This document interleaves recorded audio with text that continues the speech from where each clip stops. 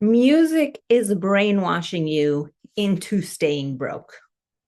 Okay, you guys, let's take off the tinfoil for today, because I love me a good conspiracy theory, but today is not that day.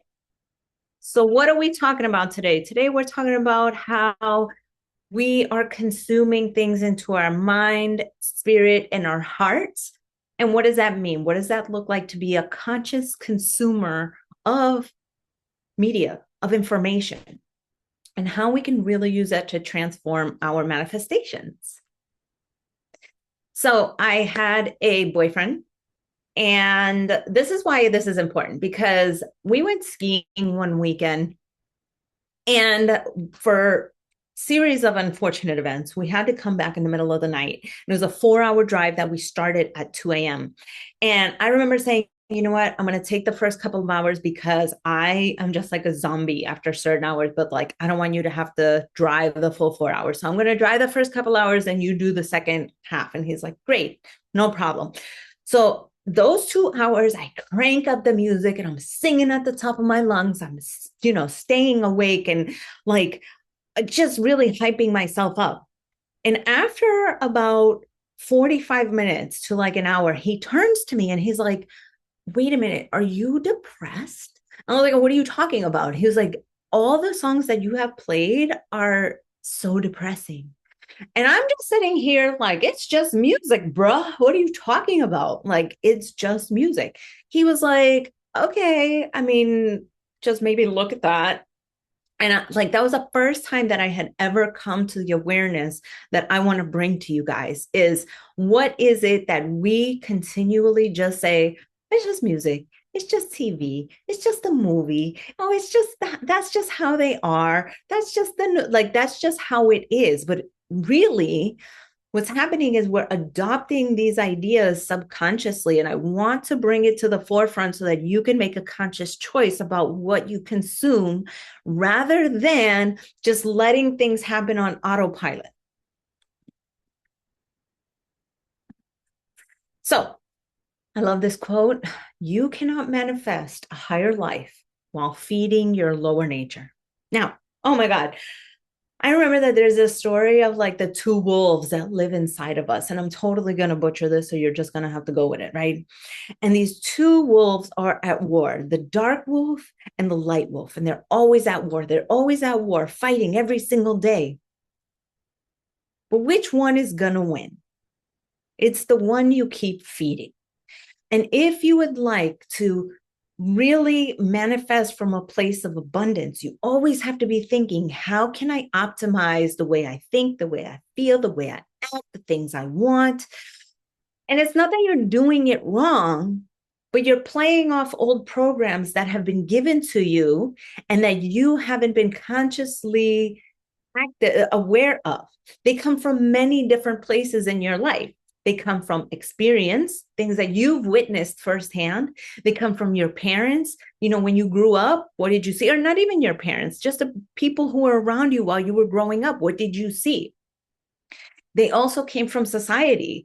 What are your friends? What about the things that we see in social media? What about the things that, where do we live in relation to the rest of the world? Like, somebody who lives in Central America is going to have very different values than somebody who lives in the Middle East versus somebody who lives in New York City versus somebody who lives on an island. Like, there's going to be differences in what you believe, how you act, and the things that you want for yourself based on location, based on your age, based on your gender, based on everything about you. Something is programmed into you about what is that supposed to look like. And the inputs that you get there constantly reinforcing it. And if you're trying to break out of that, if you're trying to break out, let's say socioeconomically, you come from a middle class family, but you want to be a millionaire, like, you're trying to break out of the norms when all you keep getting are those messages about it, middle class, middle class, middle class. So we're trying to outgrow these versions of ourselves. And it's really important to take a look at what are the inputs that we're putting into our brain that are going to shoot out into our experience and manifest in real time 3D. Okay. So I want to get into a little bit about what manifestation is before we dive into the inputs, because I really want to just lay the foundation for you guys about what it is that we're trying to build. Manifestation is simply getting out of your own way to have what you want. I'm going to say that again. Manifestation is getting out of your own way to have what you want. Now, that might seem like, what are you talking about? I'm not in my way. But that's because you're running off old programs. You're not aware of them yet. You're not aware of the biases that you have. You're not aware of the cognitive dissonance that you have. You're not aware of these belief systems that are keeping you from really honoring the things that you truly desire. So one of the traps that we get into is we always follow this principle. When I have that, I will do this, and then I will be fill in the blank. For instance, when I have money, I will do hard work and I will be fine. Or even better. When I have the money, I will save so that I can be financially secure. Oh my God, I've heard that so many times. Or how about this one? When I have the boyfriend, I will go out dancing and then I will be fulfilled. Imagine that, waiting on somebody to take you out to dance. I mean, take yourself out to dance. But that's besides the point. The point is that we fall into the trap of believing that when we have the thing, that we're going to feel a certain way down the line. When we have that other thing that's outside of me, it's always this external thing that's going to fix us. So if we can break out of that trap, we're golden, okay? Because we have to be the person that embodies having that thing first. Now, take a look at this. And this statistic was maybe like 5-10 years ago. I don't know how accurate this is now, but 80% of people who win the lottery file for bankruptcy within 5 years. Imagine that. You win millions and millions of dollars and you know that it's got a 5-year time limit. Like you would think that, oh, I win all this money, I win all these millions, that I'm set for life. No, you get 5 years before you file bankruptcy. Do you know why? Because you haven't built the financial discipline. You haven't built the identity. You haven't set up structures in your life that safeguard you from fraud. You haven't built up the structures that like navigate family interactions, because now you have money, or how much do you want to donate, or how much do you want to invest, or like you haven't built that part of yourself. So you get this windfall of money and then it's gone. You're like, what happened? It's your identity. So that's just like a sort of high level of what manifestation is. And, if you join my 21-day experience, we really break all of that down. But let's keep going. We'll talk about that later. So what version of me am I practicing being? Now, there are many different ways in which we consume information. We get music, which is like, the fun part about all of this, right? Is like music, movies, books, magazines, TV, all of the media that we get like from outside, all of the mechanisms in which they deliver information to us. That's the stuff that like really we are going to start taking a look at, not with a microscope, but just starting to witness, hey, what am I really listening to right now? So music especially, it carries a lot of emotion. Movies too, and books too. Like they carry a lot of emotion with them. It's like you can, like, I know I have watched movies so many times that like I could recite them. Like I am an encyclopedia of music. From like the 80s till now, like I could sing all these songs that like, I'm just like, how do I retain all this information? But it's like playing in the background all the time. So music, you can feel like the emotion or everything that comes with it, like whether it's happy, sad, angry, whether it's loss, whether it's gain, whether it's true love, whether it's heartache, whether it's riches or poverty or whatever it is that they're singing about or what you're watching about on TV, like you connect, you feel like it comes from like a place on the inside of you that's like reaching through the mechanism and like really pulling it into your heart. So it's really important to be able to have some discernment. And we're going to talk about that later because there's no judgment. We're not talking about you can't have fun. We're not talking about that you can't enjoy these movies, but it's about the consciousness behind it. The next part is about people, the people you hang out with. Now, I'm sure you have heard, oh, show me your friends and I'll show you your future. Or you are the average of the 5 people around you. Many people say this is because it's true. The people that you are around are the ones that are dictating the programs that are getting reinforced in the back of your head, the ones that are really, you're living through that. And, when you say something that aligns with their values, they're going to reinforce it. Yeah, yeah, yeah, yeah, yeah. When you say something that is not of their, like, I know for me, my family was very much like, oh, doctor, lawyer, engineer. That's what you got to do, doctor, lawyer, engineer. When I decided to go out on my own as a life coach, they were like, what? Are you crazy? Are you crazy? No, I'm not. I'm living my dream. I'm following my heart. And they're like, live your dream, following your heart. What are you, crazy? What are you, crazy? Like, I just remember that my family was not that they weren't supportive and like actively praying for my downfall, but they very much did not understand the language I was speaking of following my heart. They didn't understand the language of me doing what my purpose on this planet was for. They could not understand me. And so when I would talk about it, they'd be like, well, just go back to engineering. You can just go back to engineering. You always have engineering in the background. When ultimately, for me, it was like, no, that is not an option anymore. So you can see how the people in your life can really reinforce what it is that you're doing. So we're going to talk more about that in a little bit. So media, when you're looking at the news, when you're looking at newspapers, when you're looking at world politics, world economics, when you're looking at, city economics or state economics, when you're looking at things that affect people on a massive scale, you start to say, okay, well, if this is true there, then it has to be true for me. What does that mean? So I have met so many entrepreneurs who thrived during COVID, thrived, like they were killing it. But you would think, no, everybody went broke during that time.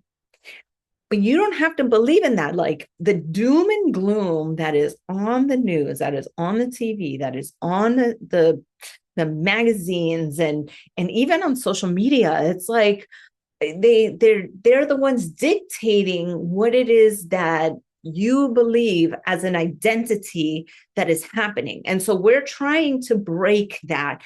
Again, no judgment. It's not about don't watch the news. It's not about don't read the newspaper or look at world politics, but it's really about what are you getting out of it? What are you implanting in your brain for it? And how does it impact what you want out of life? So let's reverse engineer this because this is how I do things. I like to reverse engineer. I like to really hone in on focusing on what do you want to have? Let's really look at how music and TV and media and your friends really impact the things that you want to have. Now, and what can you actually hold without sabotaging it? So I had a client who her life was keeping up with the Joneses. She was living with her parents and she worked in real estate and she went to go live with her parents. And I remember her telling me like, I'm spending $90,000 on a vehicle because that's what it means to be in real estate. Oh, I have to have the fancy clothes because that's what it means to be in real estate. Oh, I have to insert XYZ because that's what it means to be in real estate. And so she was looking to other real estate agents who had already become successful in order to dictate the persona that she was. And she was like, no, but I want the $90,000 car. I want the fancy clothes. I want this. And I, like, after doing a lot of reverse engineering, we got to a point, I was like, okay, do you want to live by yourself? And we came to the conclusion that yes. And after working with her for 2 years, she finally bought her own home. And I remember like the day that she bought it, like she was crying. She was so happy because when you reframe what it is that is expected of you, what it is that it means to look like the avatar of you, from what society tells you, from what social media tells you, from what music tells you, because like how many songs are talking about like having all of these like fun toys like yachts and cars and trips and all these wonderful things. Like, great, that's wonderful, but do you really want a Lamborghini? Like, have you test drove one? Like, have you really gone into one before and been like, yeah, I could totally see myself in this? Or is it because it's just what it represents? So that's where it goes into thinking about, okay, these media outlets, the people who are around me, the music, the TV, whatever it is that they're showing it as it means to represent something. What is it that about that that's like attracting me? So it's about having the discernment of, oh, okay, that is really nice, but do I want that? So really taking a look at what it is that you want to have and seeing, why do you want it? And I love doing in my 21-day experience, we do the 5 why game where it's like you backtrack into what do you want? Why do you want it? Why does it mean that? What happens if you don't get it? And go into like this whole process of really getting into what it is that you want. Why do you want it? So and again, we're reverse engineering this because once you now have defined what it is that you want to have, now that you've looked at it through the lens of the music that you're listening to, the TV that you consume, and see how it is that they match up. Now it is, what is it that you do? Now, I am a fan of the song by Rick Ross, and oh my God, this better not make it to a clip, but I'm totally gonna make it a clip where he's singing, every day I'm hustling, like, okay, that's enough of that. And here's the thing, okay? Do you believe that in order to be successful, you got to hustle? Now, let's talk about hustling for a second, because there's 2 realities to the word hustling. One is hustling. It's like, oh, I got to go, I got to hustle, I got to go. But there's another one where hustling means, making deals and doing business deals and stuff like that. So what for me might mean I'm making deals, someone else might feel like a load of pressure because they got to keep going. They got to hustle.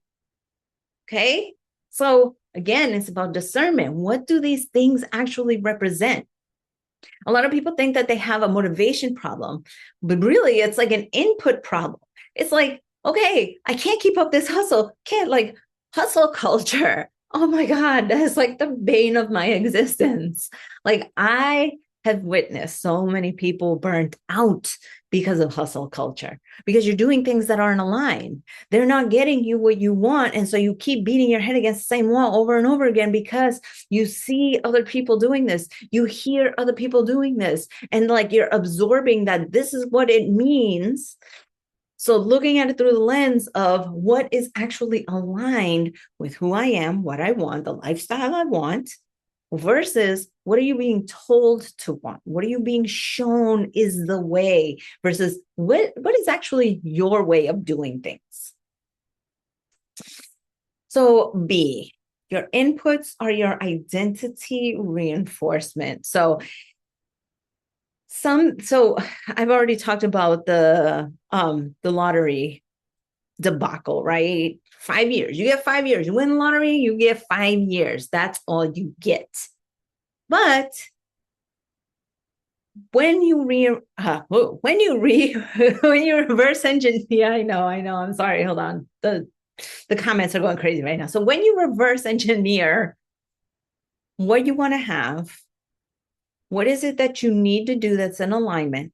It's who is the person that embodies this? What does it mean to walk in alignment? What does it mean to step into like this alignment of your mind, body, and spirit in every decision that you make? And that's like the whole point of this talk today, is that we lean into alignment by being conscious of every little bit of detail, every little data point that comes into our personhood, that comes into our universe. So when you are conscious of it, you get to decide, this works for me, this doesn't work for me. And let me tell you, your subconscious, it doesn't know it's just a song. There have been proven many, many, many, many, many times that when you're thinking of a memory, your brain does not understand that it's not happening in real time. For instance, and do this exercise with me, okay? Close your eyes and think about a happy time, okay? Think about one of your happiest memories. Go there, be there. Who was there? Where was it? What were you wearing? What do you smell? What do you hear? What do you see? Happy, happy, happy. All this emotions are happening because your brain thinks it's happening. Your brain is really embodying that is happening right now. Now let's go to the other side of it and envision a time. Think of a time that was really sad. Something that really, really just felt like you weren't going to get through it, that it brought you to a low point. Who do you see? What do you hear? What do you smell? What do you feel? What are you wearing? Who's there? Who's not there? Your brain cannot tell you that that is fake. It does not understand that. It doesn't understand this is just music. It doesn't understand this is just a show. It doesn't understand that's just the news. It doesn't understand, hey, that's just how they are. That's not at all how your brain works. Your brain believes it is real. And so when you keep on like repeating it over and over and over again, it's going to imprint on your subconscious. Again, there's no judgment. However, I do want to like imprint on you guys something. So your daily inputs can give you two different outcomes. Okay. You're either going to feed the light wolf or you're going to feed the dark wolf. So higher states of input, you get focus, stewardship, consistency, problem solving, you get excitement, you get power, you get love, you get really honed in on the positive aspects of the things that you want. And those inputs, they're going to get you to really manifest with more ease because you're going to be looking for those higher vibrations to match what you're putting out. Like you're not going to be high vibration singing an amazing song. And then all of a sudden somebody comes who's depressed and you're like, no thanks. I'm high vibration. I got to go do it. I got to go do it. Like you want nothing to do with the low vibration anymore. And then lower state inputs, they're going to lead to distraction, emotional spending, gossip, procrastination, doing things that you never thought you were going to do. And here's where this is really the questions. Are you using inputs as a tool to shift your state or trigger or to sabotage? You can brainwash yourself. You can actively do this. So let's talk about diagnosing our desires, okay? So in manifestation, it's always going to originate from the spirit and from the vision. It's going to bring peace and alignment, a desire, even if nobody like want like thinks that you can do this. Like, remember I was telling you about like my family when I decided to leave engineering? We're like, what, are you crazy? And it's going to come from abundance. Like, oh, this is the thing. This is the thing that makes me feel so alive. Versus when you're imitating others, it's going to be comparison, fear. It's going to bring anxiety, it's urgency, that hustle. Like, I got to do, I got to do, I got to move, I got to shake. You want the applause, you want the look, you know? Oh, you know what is like the bane of my existence? Like, and God bless these people because good for them. Like, but the people who have aesthetic fridges, oh my God, like that put me into such a depression because I'm like, I can't find anything in my fridge. But they have like all the clear bins and organized and color coded and labeled. And I'm like, that just seems so exhausting. I mean, again, good for them. But for me, it would be a performance. If I had that, it would be just to perform. I don't know who I'm performing for because the people in my house do not give a crap about that stuff. So I don't know. So this whole system is interconnected, okay? Your inputs shape your identity. Your identity shapes your choices, and your choices shape your capacity. Be, do, have, okay? So if your manifestations, they feel stagnant, look at the full system. What are you consuming that is influencing the three? You know, there are like, I don't mean to like crap on music, but what I do know is that for me, after my boyfriend at the time told me like, hey, that's depressing, I started adding in happy music. And prior to this boyfriend, I had been going on dates with people and things were just not working out after a little while. Like things were just not moving for me. Even with that guy, it didn't work out. And I know that like right now, my playlist has a ton of happy music, a ton of spiritually uplifting music that make me feel good, that make me feel great. I get to sing about God. I get to sing about love. I get to sing about happiness and joy. Now, don't get me wrong, okay? There's a few songs in there that my mom would throw holy water on me if she heard me hear them. But you get the point that it's not about like every single thing, but it's about discernment. It's about understanding what's happening and what is it actually influencing in you. So this is the part that I want to stress. Discernment is not judgment, it's actually protection. Saying things like, yes, this is fun, but I don't need to listen to it all the time. Like the music that I listen to at the gym is very intense. It's very sometimes angry, sometimes screaming, sometimes swearing. But because I do a lot of heavy lifting, that's what I tap into in order to be able to do the heavy lifting. Now, I'm not listening to that while I'm in the car, on my way to church. I'm not listening to that like on a nice sunny day at the beach. No, it's very directed in what I do. So again, this is entertaining, but it's not allowed to become my operating system. Like, and again, I don't mean to like crap on any one type of media, but the thing that like jumps out at me right now is reality TV. It's, the reality TV that I have seen has promoted a lot of promiscuity, has promoted a lot of infidelity, has promoted a lot of celebrity worship. Again, no judgment. You want to be promiscuous? Free. You want to be infidel? Infidel.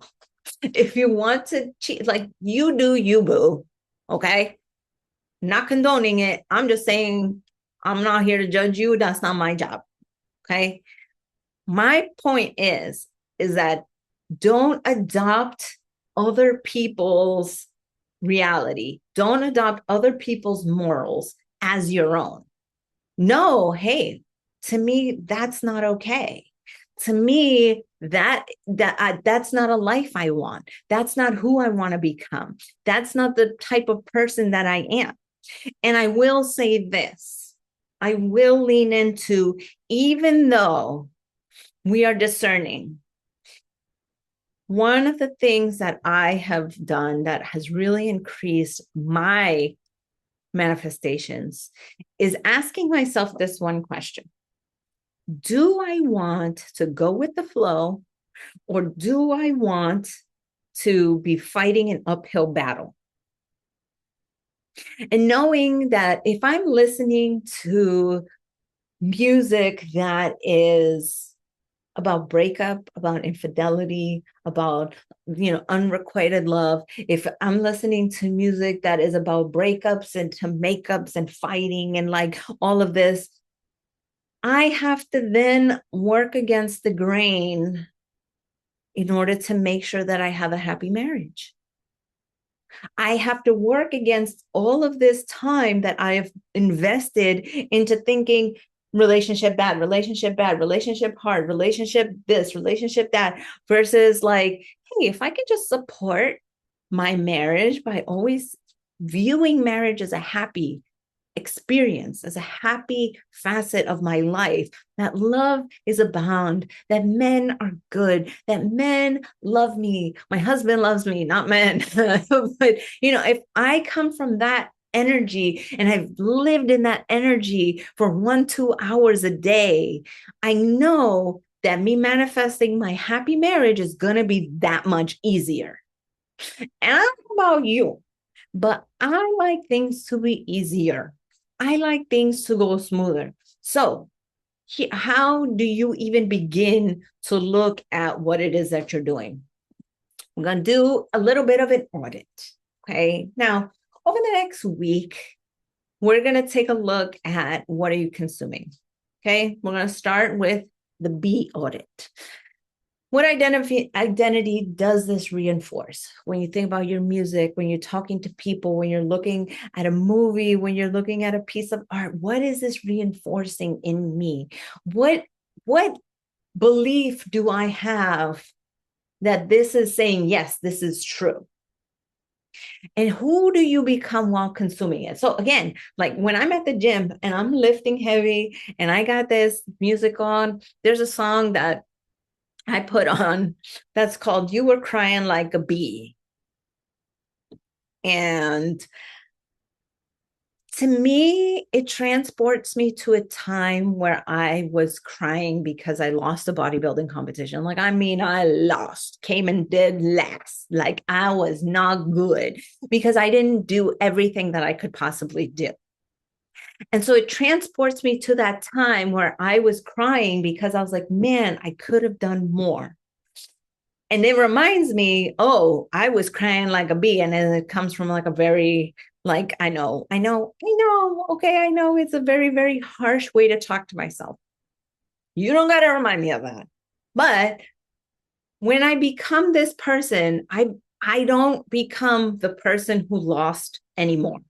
When I become as that person who I know deep down inside, I can do more and I'm going to do it come hell or high water. I know that for me, this person that comes out is a person who like doesn't allow that programming in the background to win anymore. That negative side of me that wants me to fail, that wants me to let go of the gas, the one that wants me to just take a break because I deserve it. That person is never going to ever get the best of me again. So you have to think, who am I becoming? Like, what is this music really reinforcing in me? Okay, so now we have the do audit. So did this lead me to aligned action or distraction? And that one, again, like, are you hustling every day? Every day you hustling? Yes, you guys saw me sing, okay? So just deal with it. Or did this sabotage my habits? Did it support them?